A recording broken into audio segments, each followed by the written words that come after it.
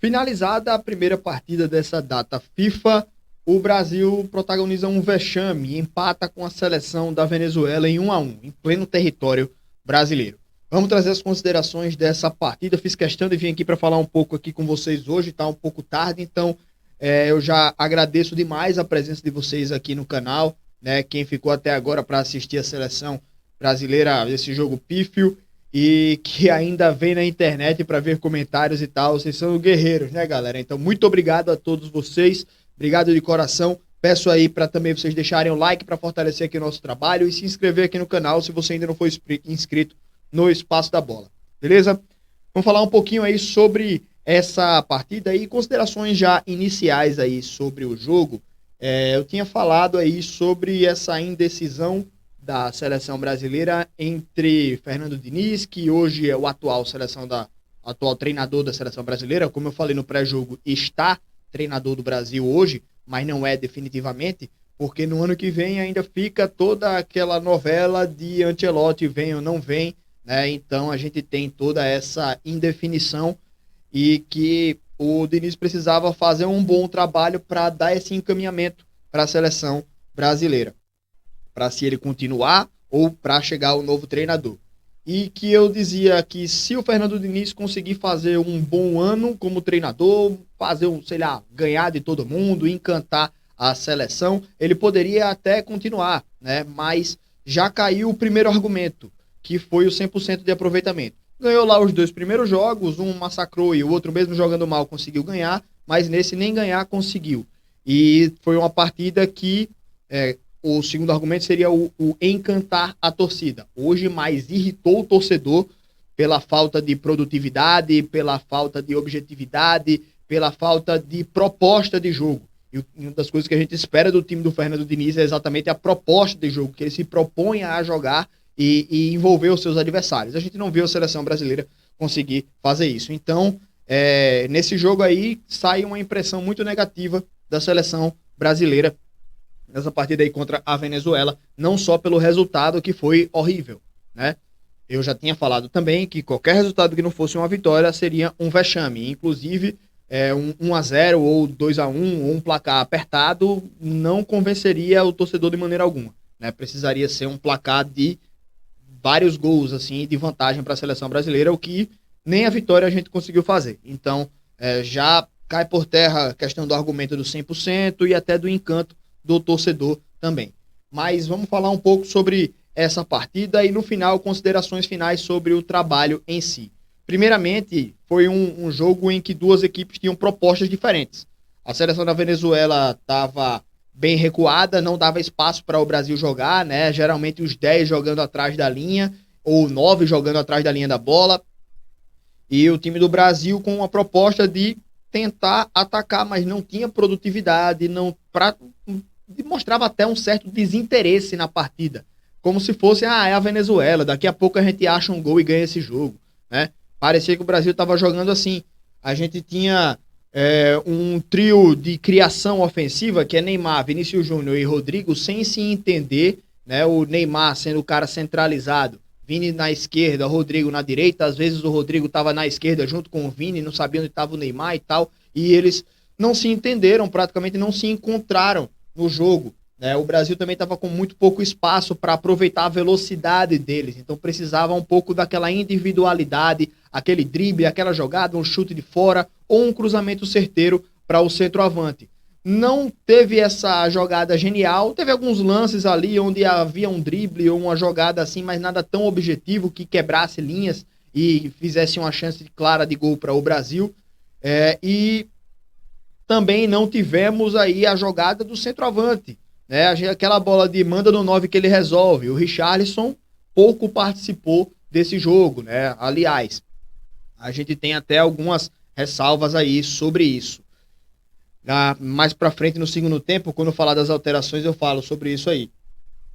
Mas não houve essa questão do camisa 9 da seleção brasileira aparecer. E a camisa 9 da seleção brasileira tem essa mística também, né, de ser o cara que resolve jogos como esse. E também o Brasil chegou em alguns chutes de fora da área. Teve um do Neymar que ele bateu o goleiro espalma para cima, outro que ele chuta, a bola vai um pouco mais alta do que o gol, e o outro aquele chute do Casemiro, que o goleiro espalma para escanteio.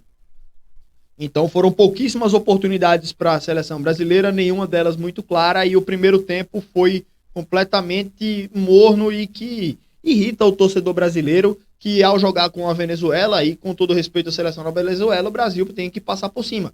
O Brasil tem que ser uma seleção incisiva, uma seleção objetiva, não dar espaço para o adversário e conseguir quebrar as linhas do adversário. Mas a proposta da Venezuela funcionou e funcionou muito bem.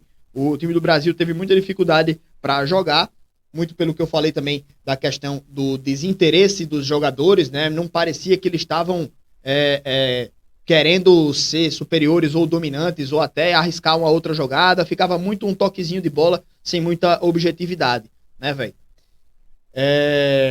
A questão também do Neymar saindo muito, o Neymar quer rodar muito o campo, eu acho que ele é um cara que ele pode tentar ali ser mais o papel do 10, né? Chamar a bola um pouco para ele, mas não ir buscar a bola. Às vezes a gente via ele saindo da posição de 10 e indo buscar a bola no meio dos volantes lá. Talvez se ele ficar um pouco mais perto da área, até pela questão física dele também, que não tá 100% fisicamente, não aguenta o jogo todo, tava se arrastando na reta final, talvez se ele ficasse um pouco menos sem querer correr o campo inteiro, talvez ele recebesse a bola em uma posição em que ele pudesse tentar algo um pouco melhor, né?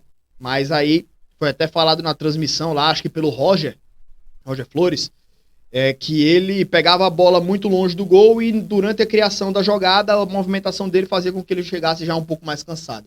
Então tem também esse detalhe do Neymar, poderia ter tido um posicionamento um pouco mais inteligente e menos físico dentro de campo, certo? E aí a gente chega no segundo tempo, onde, pela falta de criatividade, o Brasil consegue um gol, mas em um lance de escanteio, né? Onde o Gabriel Magalhães dá um tiro de cabeça ali, né? E o goleiro não tinha nem como pegar aquela bola, só se fosse em cima dele, né?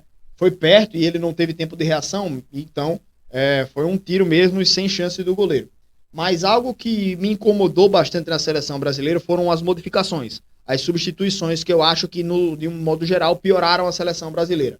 A gente viu no primeiro tempo o Ian Couto entrando, fazendo sua estreia na seleção, que eu acho que foi até uma estreia legal, né? Não foi um cara que comprometeu, assim, eu acho que o Danilo saiu, entrou o Ian Couto, né? Não mudou muita coisa na seleção brasileira. Mas a gente viu ali, depois do gol, em um certo tempo, a gente via o ataque do Brasil mais desinteressado ainda e até cansado. Vinícius Júnior, Rodrigo e Neymar se arrastando lá no ataque, né? Não corriam mais atrás da bola, não estavam bem posicionados porque não tinham mais o vigor físico de voltar para se posicionar bem, para pegar uma bola rebatida ou se posicionar num contra-ataque. O ataque do Brasil estava morto em campo, se arrastando. E o Fernando Diniz faz alterações ruins, na minha opinião. Ele fez 4 alterações lá no segundo tempo. Tirou o Bruno Guimarães e botou o Gerson. Eu acho que o Brasil perdeu qualidade. Bruno Guimarães é um cara de muita qualidade, muito bom jogador, joga demais, muita bola mesmo. E entrou o Gerson, acho que tirou qualidade aí desse meio de campo da seleção brasileira. O André no lugar do Casemiro. O Casemiro é um cara que já tem uma idade mais avançada, talvez tenha sido até para poupar ele, mas ter tirado os 2 volantes e colocado esses outros 2, eu acho que o Gerson tira a qualidade do Bruno Guimarães e o André amarrou muito mais o jogo. Porque ele vinha sempre buscar a bola no meio dos zagueiros e às vezes o Brasil via a Venezuela recuadíssima lá atrás, principalmente depois do gol de empate. E aí o André voltar tanto assim, deixava muitos caras lá atrás vindo buscar a bola e pouca gente lá na frente para poder tentar alguma jogada ou empurrar mais ainda os adversários, né? Quando você desce demais as suas linhas, você chama o seu adversário para subir um pouco mais, né? Então, assim, o Brasil tinha muita gente lá atrás para buscar a bola e eu achei desnecessário esse posicionamento do André. Amarrou demais ali o meio de campo da seleção brasileira. Matheus Cunha no lugar do Vinícius Júnior, se não me engano, ou foi o Gabriel Jesus no lugar do Vinícius Júnior, mas tirou o Vini Júnior e tirou o Richarlison, entrou o Matheus Cunha e o Gabriel Jesus, né?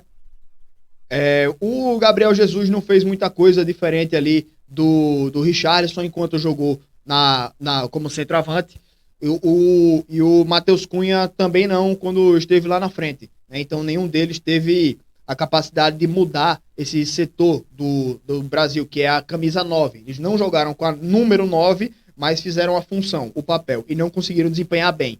E o Gabriel Jesus jogando lá pelo lado direito também não conseguiu mudar muita coisa. Então, eu acho que as alterações no segundo tempo fizeram com que o Brasil caísse de nível, caísse tecnicamente e manteve dois jogadores que estavam cansados, Neymar e o Rodrigo. Então, acho que o Diniz poderia ter tido essa leitura melhor, poderia ter tirado o Neymar, que estava pendurado e estava muito nervoso em campo, poderia ter até sido levado um amarelo e ficar suspenso para a próxima partida. Então, eu acho que faltou essa leitura de jogo aí para o Fernando Diniz. Eu acho que mexer nos dois volantes ali não cabia, no máximo tirar um dos dois. Né? O trio de meias ali, né? Vini, Neymar e Rodrigo, precisava ter mexido nos três. Os três estavam nitidamente mais paradões em campo, sem se movimentar tanto, né? Talvez cansados ou talvez desinteressados, sei lá. Né? Mas precisava ter mexido neles três. Os três precisavam ter saído no segundo tempo. Ele tirou só o Vinícius Júnior, né?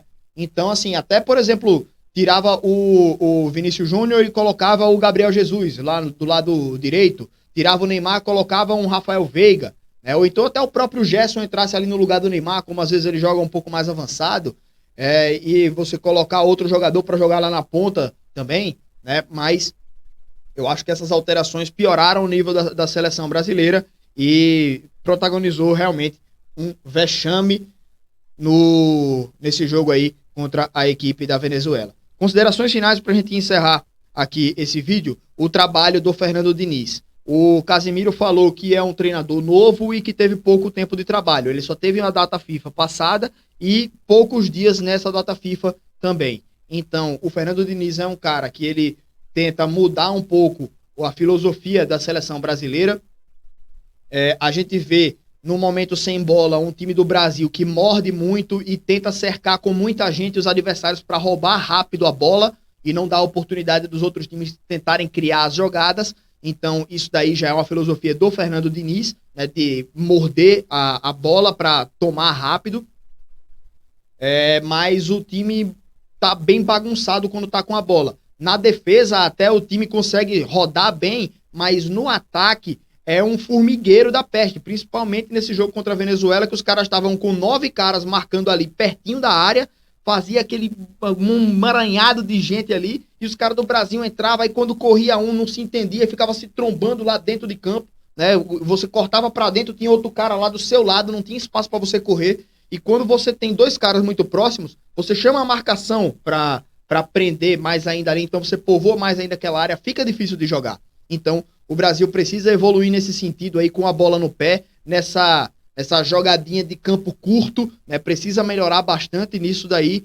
E é aquele negócio, o Fernando Diniz não tem tempo para treinar a seleção brasileira. Tanto assim, né? Mas o Fernando Diniz é um cara que eu gosto muito do trabalho dele, eu confio no trabalho dele e eu acho que ele tendo tempo, ele consegue evoluir essa seleção, principalmente encontrando as peças ideais. Falando em peças, eu acho que nesse jogo a gente, como eu falei aqui, a gente sentiu falta de um 9. O Pedro não estava na seleção, né? Ele poderia ser um cara para entrar lá no lugar do Richarlison, já que o Brasil tinha dificuldade de entrar na área, ele poderia ter entrado para fazer essa função de 9, de centroavante, de ser o alvo dentro da área. Ele ou outro cara que tá fazendo isso muito bem esse ano aqui no Brasil, que é o Tiquinho Soares.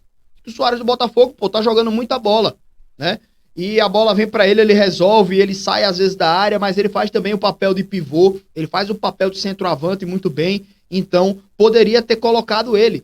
Quando você tira o Richarlison, você tem ou Gabriel Jesus ou o Matheus Cunha ali, cara, não vai mudar o jeito de jogar da seleção brasileira, precisava de um cara com características diferentes.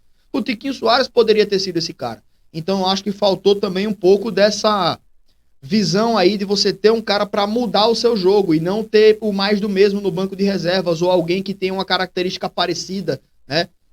É exatamente isso, por isso que na seleção você tem várias opções de reserva, porque você pode levar vários jogadores de várias características para compor o seu elenco. E faltou um cara com essas características. No primeiro tempo eu já tinha conversado aqui com um amigo meu que estava vendo o jogo, tinha falado, faltou um cara como o Tiquinho Soares, pode botar ele aí que o jogo chamava ele, né, pra jogar aí, era o jogo dele, era o jogo do Brasil, rodava muito a bola ali, Um cruzamento ali no Tiquinho Soares, ele ganhava ali da zaga, fazia um gol, pô. Certeza, tá ligado? Então, assim, acho que faltou também um pouco de esperteza no Fernando Diniz para fazer essa convocação nesse sentido aí, tá? Mas também eu acho que com o tempo ele vai entendendo as necessidades, ele vai entendendo os jogadores vão entendendo ele.